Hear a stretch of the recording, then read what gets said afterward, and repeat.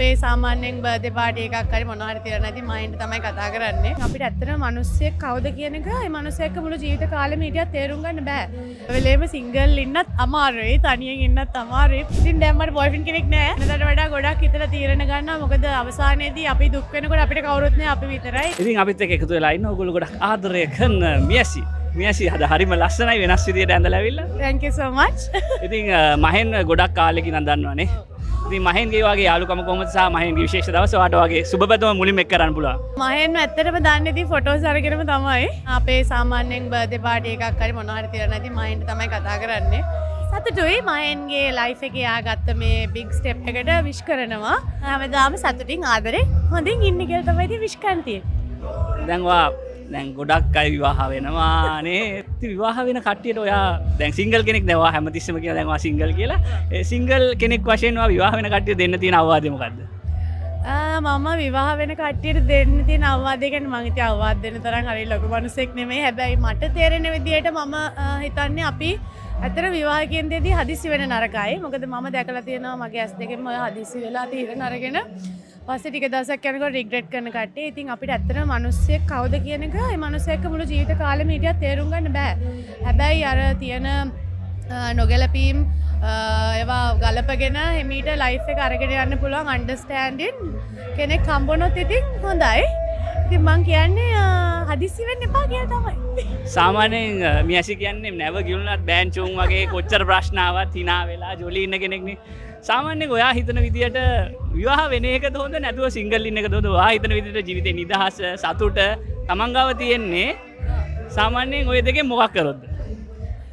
දැන් ගොඩාක් කට්ටිය කියනවා තනි කඩ වින්න එක හොඳයි කියලා බඳින්න නැතුව. හැබැයි මම ඒකට 50-50 මට තියෙන්නේ.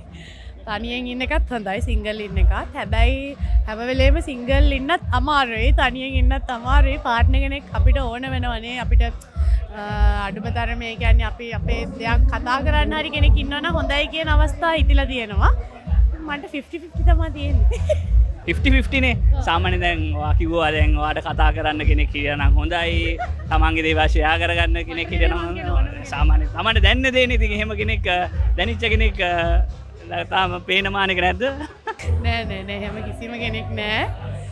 හැමදාම කියනවානේ මම ළඟ විවාහ වෙනවා. ඉතින් ඔයගොල්ලෝ එන්න එහෙම. ඒ විවාහ වෙන්න ප්ලෑන් කරන් හිටියා. ඒ දවස්වල මට බොයිෆ්‍රෙන්ඩ් කෙනෙක් හිටපු ඉඳා. ඉතින් දැන් මට බොයිෆ්‍රෙන්ඩ් කෙනෙක් නෑ. ඒකින්ද ඉතින් එහෙම විවාහය ගැන තාම ඇත්තටම හිතලා නෑ. බලමු ඉතින් හදිසියක් නෑ. මං හිතන හැමදේ හොඳම දේ හරිම වෙලාවෙදි හම්බෙයි කියලා. මෙන්ටලි ඩවුන් වෙන්න මම මාර බය කෙනෙක්. ඉතින් ඒකින්ද මං හිතන හැම වෙලේම මම මගේ හැපිනස් එක හැම වෙලේම හිතනවා මං ගැන හිතලා තමයි මම දැන් ඩිසිෂන්ස් ගන්න ලයිෆ් එකේ. මොකද ඒ කියන්නේ වෙනදට වඩා හිතලා තීරණ ගන්නවා. අනිවාර්යයෙන් වෙනදට වඩා ගොඩක් හිතලා තීරණ ගන්නවා. මොකද අවසානයේදී අපි දුක් වෙනකොට අපිට කවුරුත් නෑ, අපි විතරයි. ඉතින් ඒකින්ද මං හිතනවා හොඳට හිතලා බලලා තීරණයක් ගන්න ඕනි කියලා. කාට වුණත් දෙන්න තියෙන අවවාදෙන් හොඳට හිතලා බලලා තීරණ ගන්න කියන එක නේ. ඉතින් මෙයසි කලා නිර්මාණ ඉදිරියේදී ඔයාගේ එන්න තියෙන නිර්මාණ ගැනත් අනිවාර්යෙන් කලාකාරණියක් වශයෙන් ප්‍රේක්ෂක දැනගන්න කැමති ඇති. මගේ ටෙලිඩ්‍රාමා එකක් දැන් මේ දවස්වල ටෙලිකාස්ට් වෙනවා දෙරනේ. ඊට අමතරව හිරුනාලිකාවෙන් තව ටෙලිඩ්‍රාමා එකක් විකාශනය වෙන්න තියෙනවා ඉදිරියේදී. ඒ වගේම මේ දවස්වල මෙගාස්ටාර් හිරු මෙගාස්ටාර් ඉන්නවා. ඒකට අමතරව තව ෆිල්ම් එකක් කරලා තියෙනවා. ඒක රිලීස් වෙන්න තියෙනවා මේ අවුරුද්ද ඇතුළත. හෝප්ෆුලි ඒක රිලීස් වෙයි. එච්චර තමයි ඉතින් වැඩ. ඉතින් මෙයසි ඔයාගේ නර්තන තරඟාවලියට ඒ වගේම ඔයාගේ කලා කටයුතු හැම දෙයක්ම සාර්ථක වෙන්න කියලා ප්‍රාර්ථනා කරනවා. අර හොයන එක ඉක්මනටම හොයන දේ ඉක්මනටම හම් වෙන්න කියලා ප්‍රාර්ථනා කරනවා. හදිස්සියක් නෑ ඒකට. Thank you very much මෙයසි අපිත් එක්ක එකතු වුණාට. Thank you so much.